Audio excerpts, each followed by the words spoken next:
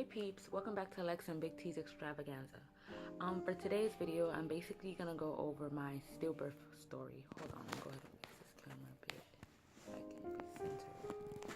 But yeah, so I'm basically gonna go over my stillborn story. Gonna talk about how I found out I was pregnant, when did I find out, my baby probably wasn't gonna make it, and my opinions on it and how I felt afterward and all that jazz. So how about we just get straight into the video? Very sad story. I'm pretty much like over it now, not over it, but I guess I healed from the pain that I felt and so forth. But basically, here's what's happened. Here's what happened. Ugh, improper English. So I found out I was pregnant the year of 2015 in around July. I didn't know what pregnancy symptoms really were. I was in school at the time, and all I know is that I started like sleeping in class. Like I would sleep and wouldn't even know that I fell asleep. My teacher would just walk up to my desk and be like, "Oh, are you enjoying your nap?" And it was like, I didn't even know I was sleeping. Like I was unable to control my sleep patterns. I began to get like very tired while at work. Usually I'm excited and pumped and like hopping around and acting a fool. At that time I was a server at Longhorn Steakhouse. I love Longhorn, by the way, even though I kind of left the job because I kind of hated the people, well, the management. Back to the story though. So yeah, I started getting very tired. And then like during my break, my summer break during school, when it was like about probably like a week out before school was gonna start, I started cramping. So I was like, oh, finally my period's here, because I've been waiting for it for about like a month or so. And when I was cramping, I had a little bit of bleeding, and I was like, oh, okay, it's coming. I put a pad on. Then like after a couple hours, usually after 3 hours, I changed my pad. I'm sorry if this is TMI, but then I looked and the pad had no blood on it. So I was like, okay, I'll just, leave it on, whatever. So I still left it on, checked it again in a couple hours, still no blood. So I was like, okay, I guess it's not strong yet. So I took the pad off, and I was like, okay, whatever, I'll just wait till, the flow starts or whatever. Usually when my period comes, like, I'll cramp for like the first 2-3 days, and then it'll pop on. So I was like, okay, maybe I'm still in a cramping phase. But like, yeah, I was cramping for days, and finally the cramping stopped, and the period never came. So I was like, what? I had a roommate at the time. So I told my roommate, hey, do you happen to have any pregnancy tests around? And I don't think I'm pregnant or anything, because I'm cramping, and I did have a little bit of bleeding. And she was like, yeah, you're pregnant. She was like, trust me, you've been eating a lot lately, and you've been really tired. I just didn't want to say nothing because you always think that I'm being so negative and blah, blah, blah, blah, blah, blah, blah. So she gave me a pregnancy test, took it, came out positive. I was like, oh, hell no. Nah. So I ran to Dollar Tree. I got like 8 tests. And when I went to Dollar Tree, I got 8 tests. Like I took all of them like for like a whole week straight. All of them came back positive. And I was like, what the freak? So I was like, you know what? Maybe I need like one of, the first response where it just digital and it says it, Because I wasn't believing. I'm like, man, this is a dollar test. They no good, whatever. Took a digital test. It said pregnant. I was like, oh gosh. And then at the time, like I was like really upset with Thomas, so we weren't speaking to each other. And I had actually taken everything from my home and brought him all his stuff back, and he was supposed to be leaving for school soon and so forth. So I was just like, man, whatever. So I didn't tell him. Then, my roommate decided that, that was a bad idea, and it's not fair that I'm not telling him, because he should know that he has a child on the way and that he should be involved. Because my plan was to just ignore him and just be like, you know what, I'm done with this guy. I'm ignoring him. He gets on my nerves and whatever. And like, we had gotten into a big argument and left me crying. And he didn't even understand why I was crying. He was like, whoa, like you've never cried before. Why are you acting like this? Holy mo, what do you know? I was pregnant. So no wonder all that irrational emotional behavior made sense now that I knew. So I was like, no, I'm not telling him. So when I drove over to bring him all his stuff, I get there and he's on the phone, and he's like, hold on, I need to talk to you. And I'm like, I'm just here to dump off your stuff and leave. So I put all his stuff inside, and right when I'm about to leave, he was like, so you're pregnant? I'm like, what? I'm like, what are you talking about? I don't know who told you such thing. And he showed me the text message from my roommate, right? So me, I'm like, yo, Jesus, why does this girl talk so much? So I'm like, yeah, I'm pregnant, blah, blah, blah. I'm in school right now. I have work, da, da, da. And I just started like full blown crying. I'm like, what am I supposed to do? I don't want it right now. It just came out of nowhere.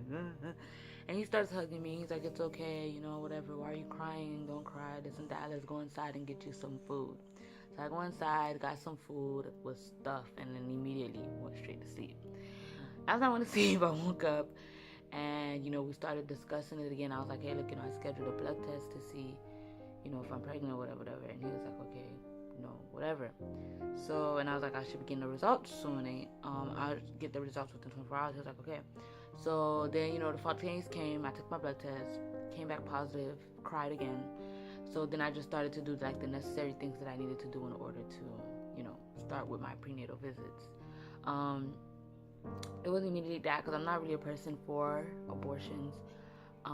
Thomas, like, off rip, immediately told me, was like, oh, you're not killing my baby. And it was like, okay, you know, whatever. And he was like, yeah, you know, we're just gonna be a family and this and that and that and that.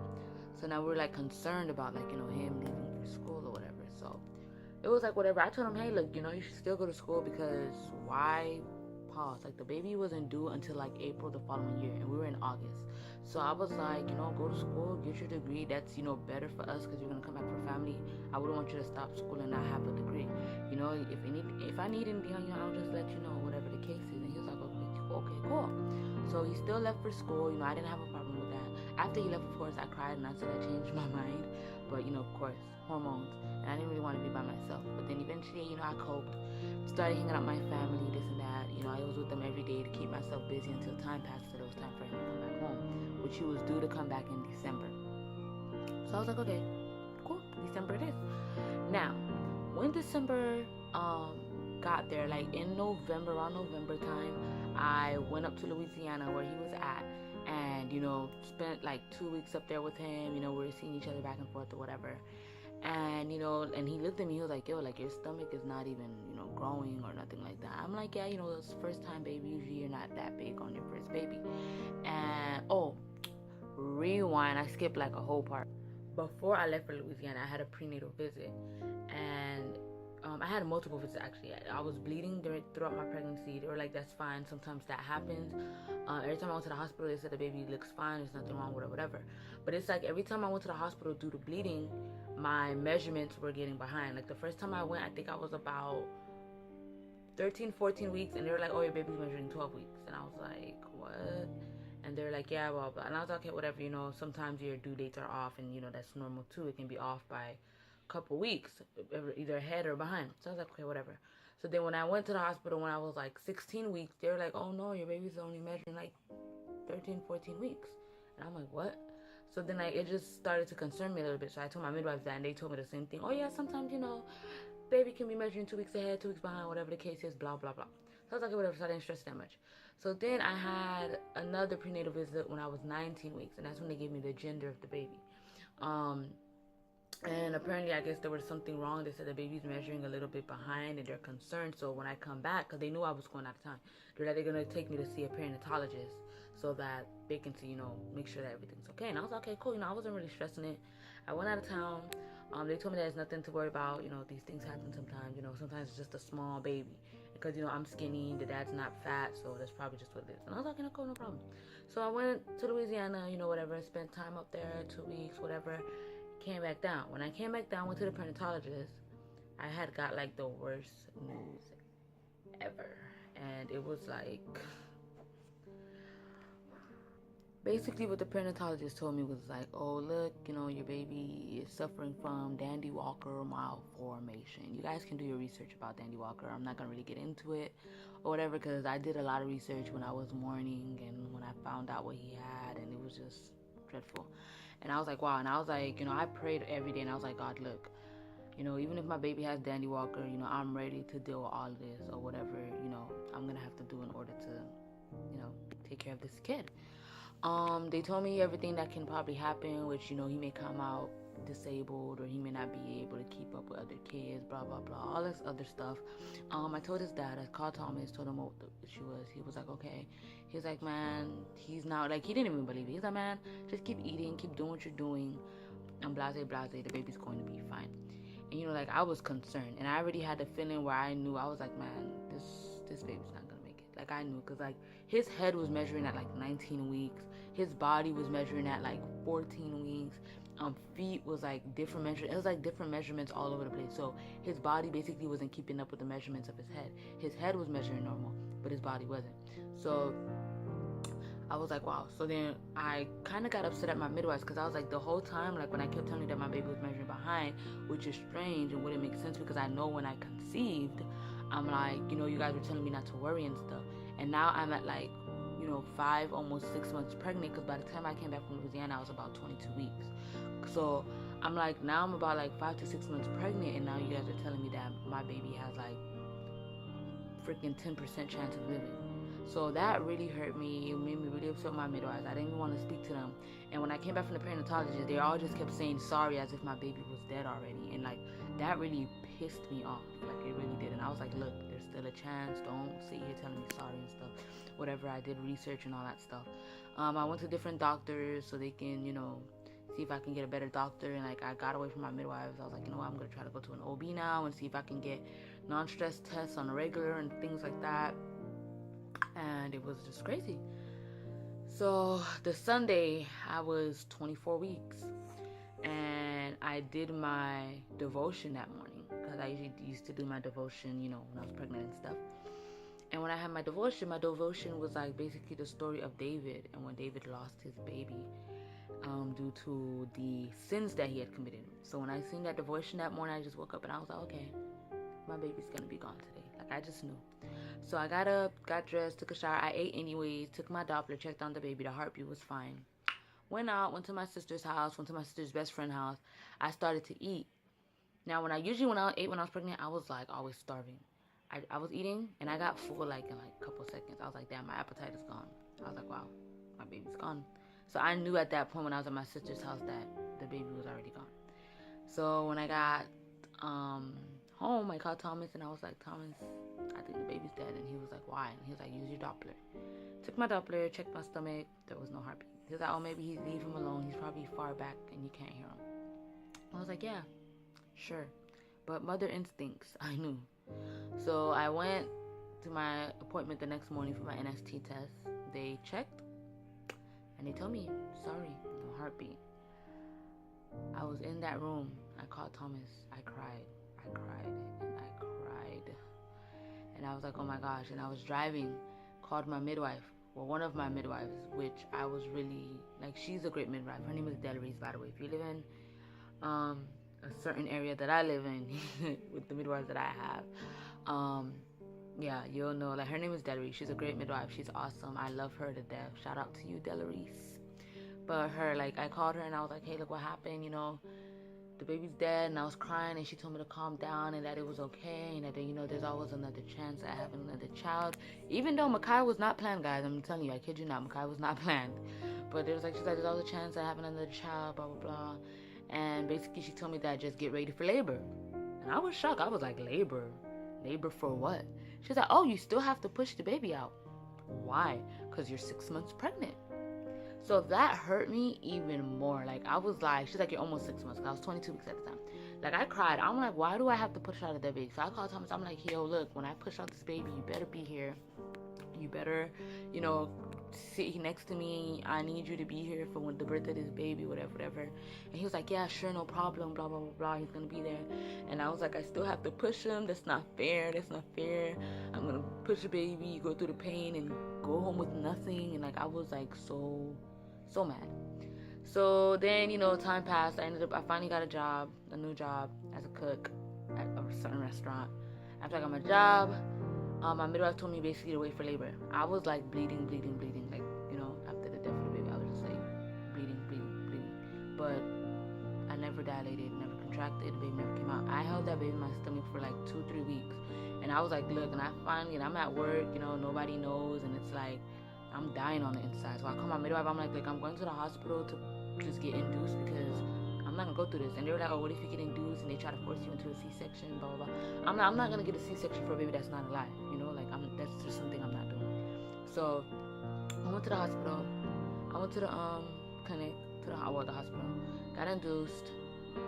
They tried to force me into an epidural. That's why I hate hospitals. And I was like, why am I gonna get an epidural? The baby's not even alive. I'm gonna go through pain, mess up my back, do all of this for a baby that's not even here, that I'm not gonna even go home with. Then they were talking about, you know, cutting me open or using forceps and stuff. And I was like, for what?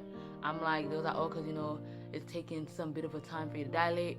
Doesn't matter. Who's at risk here? I'm not at risk because it's taking time. If anything, I'm in pain, but I'm not at risk. There's no baby, so the baby's not at risk. So there's no need for any interventions. Just let me do it in peace. So I went, pushed up my baby. They tried to hold me for like a whole 48 hours, and I'm still like, why? Like, I was like, I just want to go home. Pushed out my baby that morning. I went home that afternoon, and I just cried. And unfortunately, Big T wasn't able to make it. There was a problem with his flight, and he didn't get there in time, and I was devastated. So he was on the phone with me the whole time, and finally when the baby was born, he was like, okay, he gotta go, and he started to mourn. And with me, I mourned like that whole 2-3 weeks when the baby was dead inside of me. So after I gave birth, I was more relieved. Like, the morning was over. I knew this was over. I let it go, and it was just done. And they were asking me what I wanted to do with the body. Like, I was like, I don't want to do anything with the body.